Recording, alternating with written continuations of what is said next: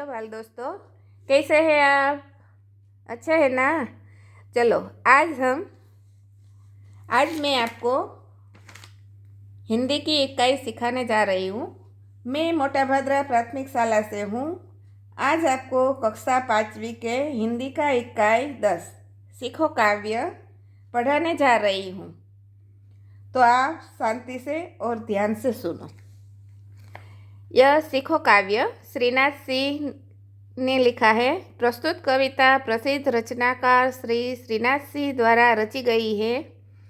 जीवन में प्रकृति का बहुत ही महत्व है। इस कविता में कवि ने प्रकृति में मौजूद विभिन्न चीज़ों, फूल, भौरे, सूरज, पेड़, पृथ्वी इत्यादि से कुछ न कुछ सीख लेने की प्रेरणा दी है। चलिए, फूलों से नित हंसना सीखो, भौरों से नित गाना, तरु की झुकी डालियों से नित सीखो शीश झुकाना।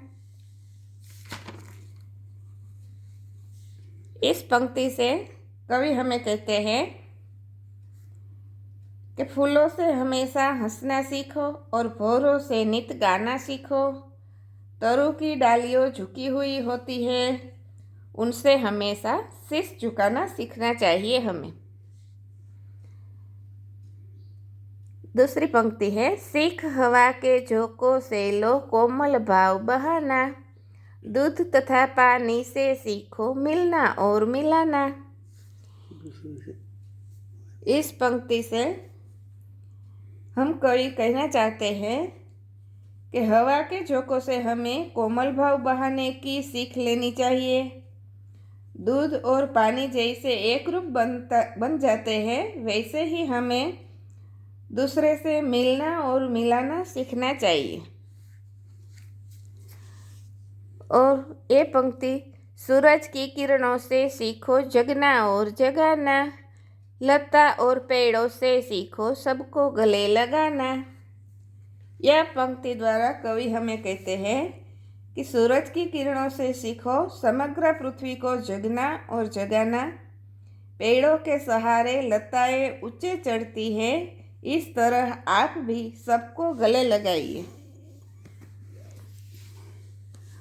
और मछली से सीखो स्वदेश के लिए तड़प कर मरना, पतझड़ के पेड़ों से सीखो दुख में धीरज धरना। यह पंक्ति द्वारा कवि हमें कहते हैं कि मछली का स्वदेश पानी है। उसे पानी से निकालने पर वह तड़प कर मर जाती है। हमें मछली से स्वदेश के लिए कैसे तड़पा जाता है वह सीखना चाहिए। पतझड़ में पेड़ों से उसके पर्ण गिर जाते हैं। पेड़ पतझड़ में दुखी नहीं होते।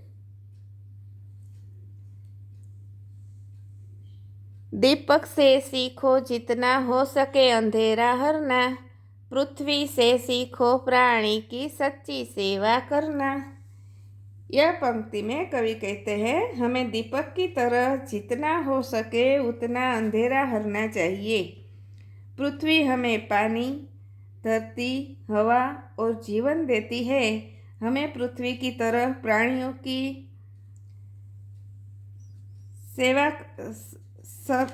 सेवा करनी चाहिए।